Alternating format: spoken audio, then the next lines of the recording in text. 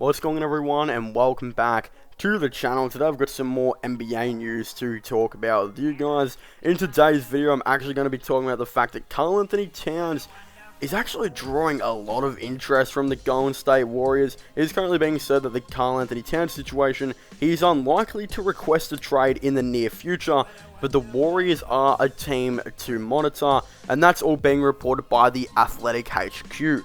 We know that the Minnesota Timberwolves have put themselves in quite a predicament because they are in one of the worst situations in the NBA. For those of you who don't know what I'm talking about, like, you might be like, well, they don't have a great team, but they do have their pick, right? Well, no, their pick actually does sit on about 5 to 6 on the lottery odds, and if they actually fall out of the top 3, the Golden State Warriors get to keep their pick. Now, you might be like, well, how did this happen? And that's because they actually traded for D'Angelo Russell, and one of the things was they actually gave Golden State Warriors a top 3 protected pick. So again, if they would have, finished 1, 2, or 3 in the lottery, they would get to keep their pick. But now they're currently about 5th or 6th. They're tied on the same wins as the Cavaliers on 22. And I think the Cavaliers are worse than the Timberwolves, so, they will probably give the Timberwolves a 6 lottery odds. At least I'm hoping, so I'm a Cavs fan. I think we are worse than the Timberwolves. But again, it is a very weird issue. Like, they're most likely to fall down than they are to go up. Again, there is still a huge chance they go up, but not as likely. So, again, the Golden State Warriors might, be able to keep their pick. Now, again, there have been a lot of rumors that with D'Angelo Russell having a not great start with the Minnesota Timberwolves, he's been injured quite a bit. There are very big reports that D'Angelo Russell is not happy with the Timberwolves. They're actually bringing him off the bench on minute restrictions at times. That he might request a trade, and the Timberwolves might actually trade him. If you're trading away D'Angelo Russell, who so happens to be your franchise, player's favorite player, his best mate, Karl Towns is probably going to request a trade as well. Now, who would trade for D'Angelo Russell? I'm not too sure. Probably a point guard that, probably a team that needs an offensive point guard here and there. I could see maybe the Milwaukee Bucks potentially, looking at him here and there. I think that'd be cool. I could see the Pelicans looking at him as well. Who even knows? There are definitely a lot of teams out there. The Boston Celtics, I think, would be pretty cool as well. But it will be very, very interesting to see where he will go if he does get traded. In my opinion, I don't think they're going to be able to find a trade destination. So they'll probably keep D'Angelo Russell for a little bit, maybe an extra season, and just see how he goes. But again, if he does get traded, then Karl Towns is most likely going to request a trade as well. And I could see him either requesting a trade to the New York Knicks, who would also offer up quite a bit, because how are you going to say no to a duo of, a trio really of RJ Barrett, Karl Towns, and Julius Randle? That'd be exciting to watch with Derrick Rose. No one's saying no to that. They'd trade multiple first-round picks, multiple young players, just to get that done. The Timberwolves could finally get a power forward like Obi Toppin as well, if they, went out and got something like that done. But again, I think the Golden State Warriors will be the favorite because they'll have multiple first-round picks. Like, if the Timberwolves lose in the lottery, which they probably will, the Golden State Warriors will have multiple first-round picks. Let's just say the Timberwolves stay where they are. The Golden State Warriors would then have, of course, pick number 6 from the Minnesota Timberwolves. I believe their own pick is going to be about 16. So again, if you have pick 6, pick 16, James Wiseman, Eric Pascal, tons of assets like Kelly Oubre, Andrew Wiggins, they're going to be able to get Karl Towns pretty easily. Of course, the Timberwolves would play a very big, hard bargain. But considering Towns has yet to lead his team to anything, he has had some very inconsistent seasons. I don't necessarily know how much Karl Towns is really worse. If we do look at his stats, he is still having a pretty decent season. I believe he did get COVID. I think he was struggling for that with a bit. But he, again, is averaging 24.8 points per game, 4.5 assists, 10.6 rebounds, on 39% from 3. In my opinion, he is the 3rd best center in the league. I still think he is ahead of Bam Adebayo, but that is just my personal opinion. Of course, Bam Adebayo is also having a pretty decent season, even though he's had a couple of injuries here and there as well. His Miami Heat have managed to bounce back. He is averaging 19 points per game, 9 rebounds, 5.4 assists. But it's mainly the defense that makes people, kind of think that he's probably better than Karl Anthony Towns. But in my opinion, Cat still takes that, kind of spot over Bam Adebayo, of course. But when it does come to who the Timberwolves are going to want, they're going to want the pick number 6. That's pretty clear that they're going to want their pick back. They're going to want the pick 16 as well. And they're going to want James Wiseman, because James Wiseman could be a future, contending all-star type center in the league. And they're going to want Eric Pascal. I think that would probably get you nearly the deal done. I think, Karl Anthony Towns, at his best, he could be the best center in the league at his best. But not enough people sees this because he plays for the Timberwolves and he's always inconsistent, has injuries. But if you gave him a guy like Steph Curry, I could still see him averaging, 25 points per game as the second option. They'd have Klay Thompson as well. It'd be a really fun team to watch. So again, it'd probably be like James Wiseman. He hasn't had a very good rookie season, but a player I like to compare James Wiseman to is actually Darius Garland.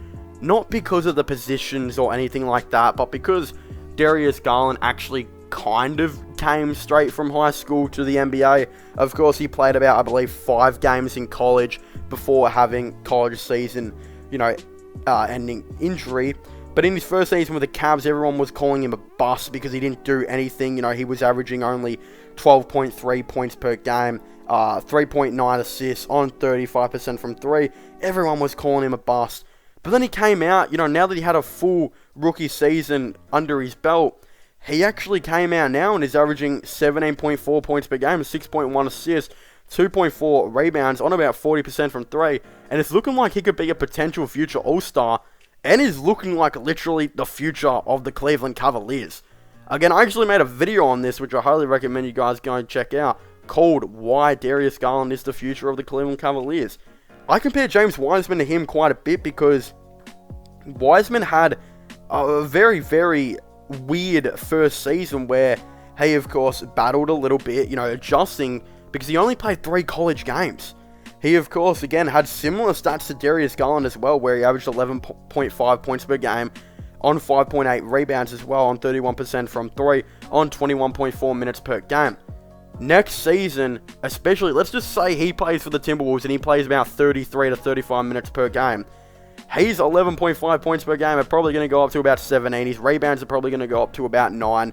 It's only a matter of time, till he builds some strengths in the gym, etc. He's only played 39 games this season. Usually a normal NBA season's 82 games. He's played less than half the games. Dude's got a future, I'm telling you right now. But Eric Pascal as well would be thrown to this deal because he's a young-ish power forward rather.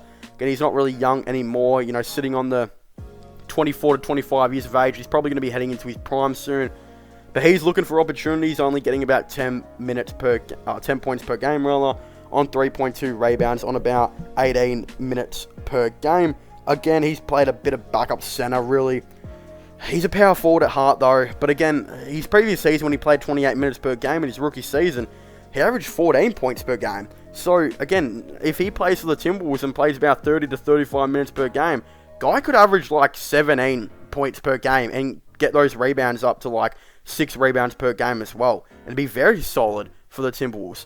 And again, pick 6 and 16 is pretty, self-explanatory. If I was the Timberwolves at pick 6, if Jalen Suggs is still there at a miracle, you're obviously taking him and partnering him up with Anthony Edwards. If not, you're looking at Kuminga, who I think will also be off the board. If Kuminga's off the board, you probably go Scotty Barnes, but I think that Scotty Barnes is more of like a power forward at heart. So him and Pascal would kind of battle for that starting spot, but they might just say screw it and play Scotty Barnes at small forward. To compare Scotty Barnes to someone, he's a lot like Draymond Green. He's a power forward, that can play nice defense. Not a great shooter, but he's a very nice playmaker.